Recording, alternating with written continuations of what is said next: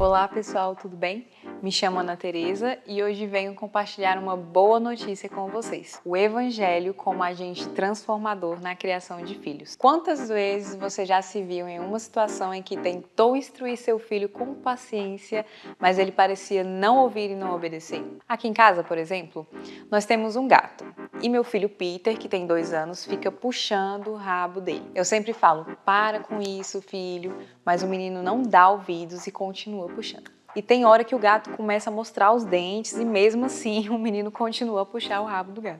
Eu fico dizendo que não pode, mas ele continua fazendo e ainda olha para mim como se estivesse desafiando minha autoridade. Em uma situação como essa, é normal a gente ficar com raiva e irritado, né? A gente olha para o chinelo e já pensa em resolver o problema à moda antiga. Mas como pais cristãos, como devemos agir nessa hora? Antes de mais nada, precisamos entender que a Bíblia é o nosso manual de fé e prática, e ela deve ser aplicada em todas as áreas da nossa vida, inclusive na criação dos nossos filhos. Nada melhor do que abordar as obras da carne versus o fruto do Espírito, onde teremos uma visão mais ampla de como lidar com situações como essa. O fruto do Espírito é um conjunto de virtudes produzidas pelo Espírito Santo na vida daqueles que foram feitos nova criatura. Esse fruto é a expressão da natureza divina em nós e é composto por amor, alegria, paz, paciência, amabilidade, bondade, fidelidade, mansidão e domínio próprio. Já as obras da carne apresentam a expressão da nossa natureza humana corrompida pela queda, que nos leva a agir em desacordo com os princípios divinos. Das obras da carne, eu gostaria de destacar a ira. Quando você manda seu filho largar os brinquedos e ir dormir, mas ele não obedece, você começa a falar mais alto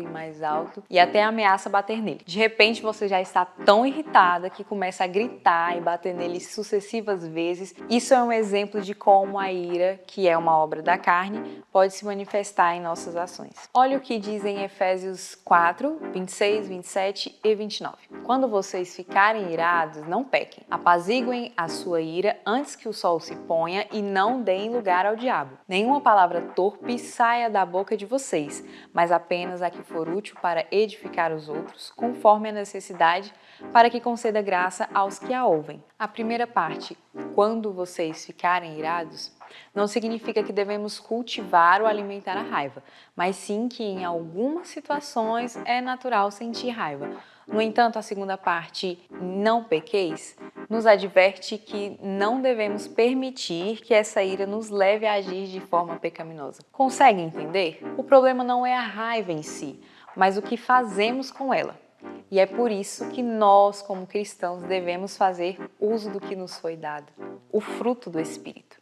A mansidão é uma virtude que podemos usar nesse exemplo, pois é ela que refreia as ações movidas pela ira. O simples fato de buscar entender a perspectiva da criança e os motivos que a levaram a não obedecer é uma demonstração dessa virtude. Afinal, estamos falando de uma criança. Uma vez entendendo isso, o amor e a longanimidade também são evidenciados. A maior demonstração de amor que tivemos foi o que Deus Pai fez por nós, perdoando nossos pecados e sendo paciente conosco. Não foi o próprio Cristo que nos mandou perdoar aqueles que nos ofendem? Entendendo o Evangelho e o perdão de Deus, como somos capazes de não perdoar e ter paciência com nossos filhos? Quantas vezes, mesmo conhecendo a verdade, desobedecemos a Deus e mesmo assim Ele se mostra paciente e não nos abandona. Ou seja, Ele é longânimo. E é essa mesma atitude que devemos ter com nossos filhos. E quero finalizar falando sobre o domínio próprio, que nada mais é do que ter controle sobre nossas ações, pensamentos e emoções. É olhar para o seu filho desobediente e ter autocontrole.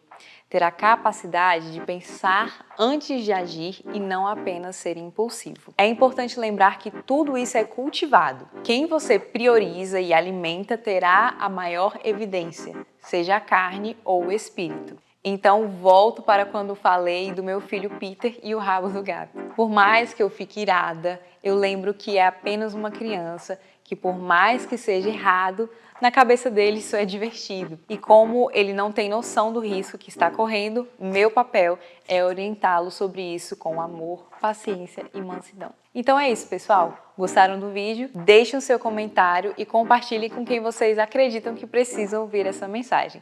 Até a próxima!